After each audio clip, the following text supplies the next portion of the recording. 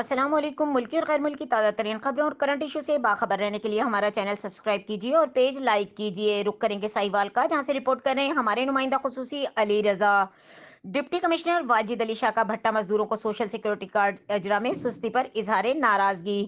مزدوروں کی social security registration نہ کرانے والے بھٹا مالکان کی تفصیلات مانگ لی۔